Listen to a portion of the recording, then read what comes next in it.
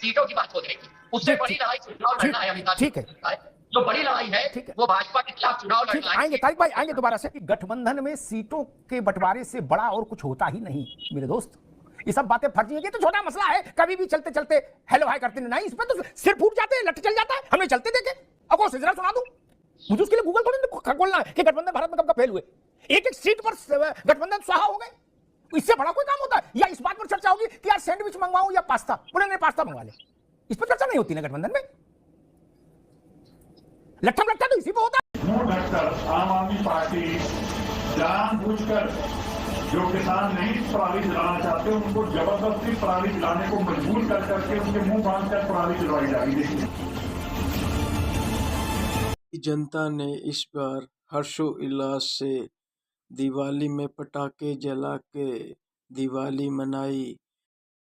आम आदमी पार्टी ने पंजाब में जबरदस्ती पराली जलाई। पराली जलने से दिल्ली में पोल्यूशन हो सके, जिससे दिल्ली की जनता की खुशियों में विघ्न पड़ सके। सिरसा जी ने आम आदमी पार्टी की पोल खोल के रख दी। पाकिस्तान दुनिया की दूसरी उभरती मईशत बन गया। कब हो गया ये? कब हुआ कब?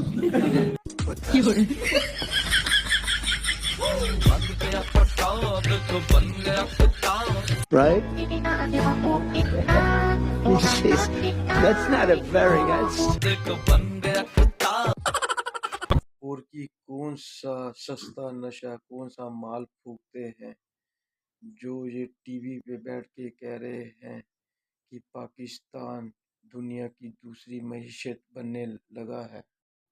वारे भिखारी पोरकियों, गदर मूत्र का नशा करना बंद कर दो। ऐसी खवातीन आती हैं जो आके मुझे ये बताती हैं कि उनके हस्बैंड बाहर से आते हैं, यानी कि वो यहाँ पाकिस्तान में नहीं होते, और जब वो पाकिस्तान आते हैं तो उनकी सासें थ्रू आउट जितना टाइम उन्होंने यहाँ रहना होता है उनको अपने साथ सुलाती हैं। आप सोचें उस औरत को, जी बेटे को, यानी कि माँ जो है लड़के की, मुझे समझ नहीं आया, लड़का बाहर होता है तो लड़का बाहर होता है या लड़के को साथ? नहीं नहीं नहीं नहीं, लड़का बाहर से आया ना, पाकिस्तान छुट्टी पे आ गया, ठीक है, तो वो अब अपने बेटे को अपने साथ सुला रही है। जितनी देर वो छुट्टी पे वो उसको अपने साथ सुला। तो बीवी किसके साथ सोएगी? जैसे पहले सो रही थी, वो तो शादी से पहले सो रही थी। मैं इतनी देर अपने पुत्र के बगैर गुजारी है लिटरली, और ये मैं आपको सीरियसली सच्ची बात बता रही हूँ। तो ऐसी औरतें मौजूद हैं, भी लेट के सो जाती होंगी। ये भी एक है ऐसा सिलसिला। ऐसा भी सिलसिला? ऐसी भी एक बंदी को मैं जानती हूँ। आते हैं ऐसे पेशेंट? लिटरली है। और मैं बहुत लोगों की साइकी पे इतनी हैरान होती हूँ, मैं इतना शुक्र अदा करती हूँ कि अल्हम्दुलिल्लाह अल्लाह ताला ने बहुत सारी चीजों से मुझे महफूज रखा हुआ है, लेकिन जब आप लोगों की बातें सुनते हैं ना तो आपको समझ आती है कि जिंदगी कितनी मुश्किल है।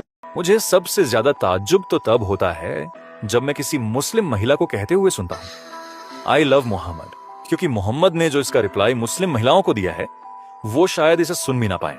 हदीस सुनान इब्न माजा 1853, जिसमें मोहम्मद एक व्यक्ति से कहते हैं कि कोई भी महिला अल्लाह के प्रति अपना फर्ज तब तक पूरा नहीं कर सकती जब तक कि वह अपने पति के प्रति अपना कर्तव्य पूरा ना करे। अगर पति महिला से संबंध बनाने की कहता है तो उसे कभी भी मना नहीं करना चाहिए, चाहे वह महिला ऊंट पर ही क्यों ना बैठी हो। कुरान की सूरह अन-निसा सूरह नंबर 4 आयत नंबर 34, यह आयत कहती है कि अगर पत्नी तुम्हारा कहना ना माने तो तुम उसे पीट भी सकते हो। मतलब कि सीधे सीधे यह आयत घरेलू हिंसा को अलाउ करती है, जो कि हमारे देश भारत में पूरी तरह गैर कानूनी है। कुरान की सूरह अन-निसा सूरह 4 आयत 24 यह परमिशन देती है कि तुम युद्ध में बंदी बनाई गई शादीशुदा महिलाओं तक से संबंध बना सकते हो। मतलब कि अल्लाह का यह संदेश है, अगर आपने कोई युद्ध लड़ा और उसे आप जीत गए तो वहां की महिलाएं भी तुम्हारी संपत्ति है। जैसे कि महिलाएं जो किसी की पत्नी, किसी की माँ, किसी की बहन और किसी की बेटी है, वो कोई मनुष्य ना होकर सिर्फ एक वस्तु मात्र है। ये आरोप लगाया जाता है कि जो इंडिया में जो मुसलमान रहते हैं वो पाकिस्तान परस्त है। रियल में है ऐसा? हाँ बिल्कुल है। मतलब खाते यहाँ की हैं, बजाते पाकिस्तान ऐसा की? है, बिल्कुल है ऐसा, देखते भी हैं हम। कभी हम भी थे। अच्छा, आप भी थे? सभी होते जितने भी मुसलमान हैं, सिर्फ इस वजह से कि पाकिस्तान मुसलमानों का है। हाँ। ऐसा तो 52 देश ऑल ओवर, 52 कंट्री है। पाकिस्तान हमारे यहीं के लोग गए हुए हैं ना वहाँ पे, समझे नहीं? इंडिया से ही तो निकला है ना पाकिस्तान, तो वो लोग किसी ना किसी वजह से हमसे जुड़े हुए लोग हैं, यानी कि पाकिस्तान चले हैं, वहाँ की इकोनॉमी क्या है, इंडिया की इकोनॉमी क्या? हम तो खुद कहते हैं कि भाई जिसने जाना है यहाँ से निकलो, दफा हो जाओ यार, यहाँ से क्यों आतंकवाद फैला रखा है, रहने तो जीने तो यार बढ़िया आदमियों को। नहीं, जैसे कि ये चीज है, मैंने ये भी देखा है, जब इंडिया पाकिस्तान का मैच आता था तो कभी कभी मान लो पाकिस्तान जीत गया तो कुछ ऐसे इलाके थे, बटते हैं, पटाखे खुशी मनाते हैं भाई, खुशी मनाते हैं, ऐसा है। पटाखे फूटते हैं। नहीं, अच्छा, मुझे ये बताएं कि आपको लगता है कि वाकई रिलीजन जो है, आपको कहीं भी कभी शक हुआ कि रिलीजन गलत हो सकता है? ये मुल्लिदीन साले बकवास ना कर रहे हो सकता है ठीक कह रहे हो। सर बिल्कुल हर तरह के ख्यालात आते हैं, आपकी बात बिल्कुल ठीक है, लेकिन ये जो है ख्यालात जो है वो ईमान का हिस्सा होते हैं, लेकिन अगर आप इनमें से ज्यादा स्लिप कर जाएं तो फिर सर काम खराब हो जाता है। ये फंस गया। अच्छा, ये बताएं कि ये जो उल्टे सीधे ख्यालात आते हैं ये कैसे आते हैं? ये हमें हमारे दिमाग में कौन लेके आता है? मैं कहूँगा शैतान लेकर आता है आपसे। अच्छा, नहीं सर, शैतान लेकर आता है। शैतान इब्लीस को आप फिजिकली मानते हैं कि इब्लीस जो शैतान है वो एग्जिस्ट करता है? सर कुरान कहता है तो फिर हम मान रहे हैं कि एग्जिस्ट करता है शैतान। शैतान को किसने बनाया? शैतान को सर अल्लाह ने बनाया। तो शैतान को बनाने वाला कितना बड़ा शैतान होगा? बड़ा हरामी हो बेटा। अल्लाह। नहीं सर, सोचे ना कि आप एक शैतान बना रहे हैं, उसके अंदर शैतानियत, खबासत इंजेक्ट कर रहे हैं, उसको बनाने वाला जो है उसको सारा कुछ आना चाहिए ना। बात तो सही है। इसका मतलब है कि आपकी माइथोलॉजी के मुताबिक शर का खालिक, बुराई का खालिक जो है, अगर शैतान है और शैतान का खालिक आपका अल्लाह है, तो अल्टीमेटली इस दुनिया में जितनी बुराई है उसका खालिक आपका अल्लाह है, राइट? जी बिल्कुल। क्या बोला तूने? जी बिल्कुल।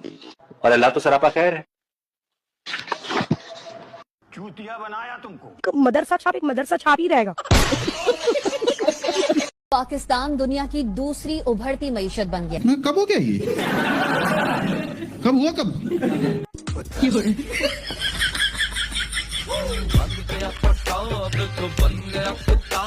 Right?